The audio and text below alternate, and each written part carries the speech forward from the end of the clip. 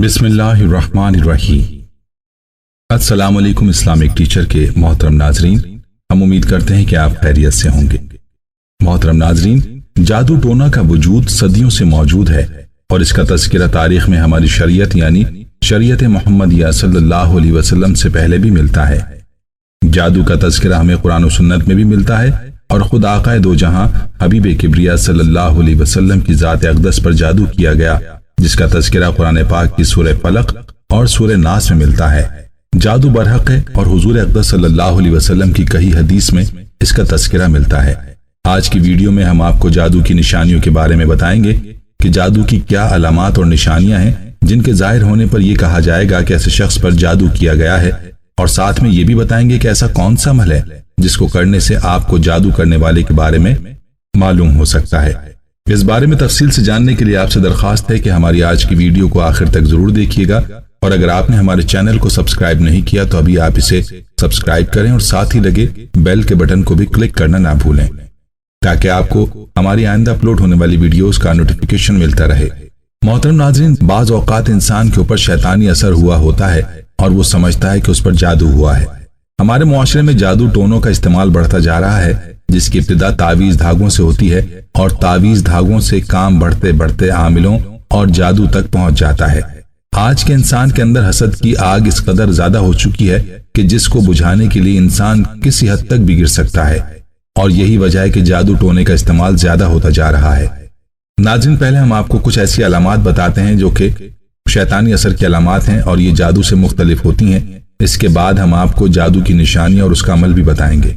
ناظرین، شیطانی اثر یا شیطانی جن چمٹنے کی علامات میں سے کچھ یہ ہیں کہ ایسے شخص قرآن اور اذان سننے سے اعتراض کرتا ہے، اس کو تلاوت کی آواز اور اذان کی آواز سننے سے پریشانی ہونے لگتی ہے، اور نہ صرف پریشانی ہوتی ہے بلکہ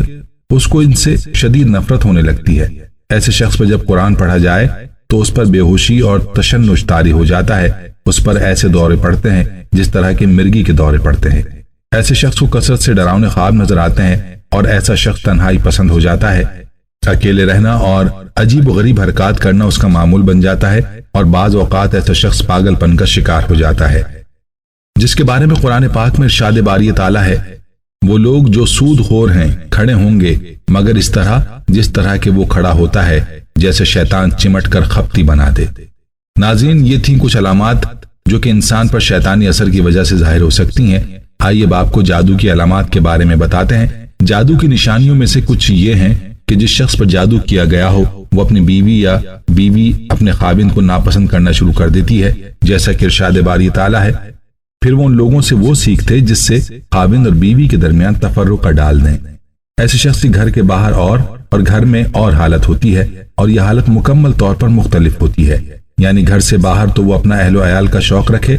لیکن جب گھر میں داخل ہو تو انہیں ناپسند کرنا شروع کر دے، اور اپنی بیوی کے ساتھ مجامعت کی طاقت نہ رکھے۔ بار بار مخصوص خواب دیکھنا، یعنی خواب میں نجاست دیکھنا، اپنے جسم پر نجاست لگی ہوئی دیکھنا، خواب میں خود کو یہ کسی کو زنا کرتے دیکھنا، خواب میں ڈرنا، عجیب و غریب ڈراؤنے خواب دیکھنا، خواب میں کتا، مردہ یا بچھو دیکھنا، خواب میں کالی بھینس دیکھنا یا بھینس کو نہاتے دیکھنا، اس کے علاوہ بے سکونی محسوس کرنا، سب کچھ ہونے کے باوجود خوش نہ ہونا، دل میں گھبراہٹ اور عجیب طرح کا ڈر اور خوف محسوس ہونا، اپنے آپ سے نفرت محسوس کرنا، اذان سن کر چڑچڑا ہونا، اذان کی آواز سے اکتاہٹ، بے چینی یا نفرت ہونا، اور آرزو کرنا کہ اذان جلد سے جلد ختم ہو جائے۔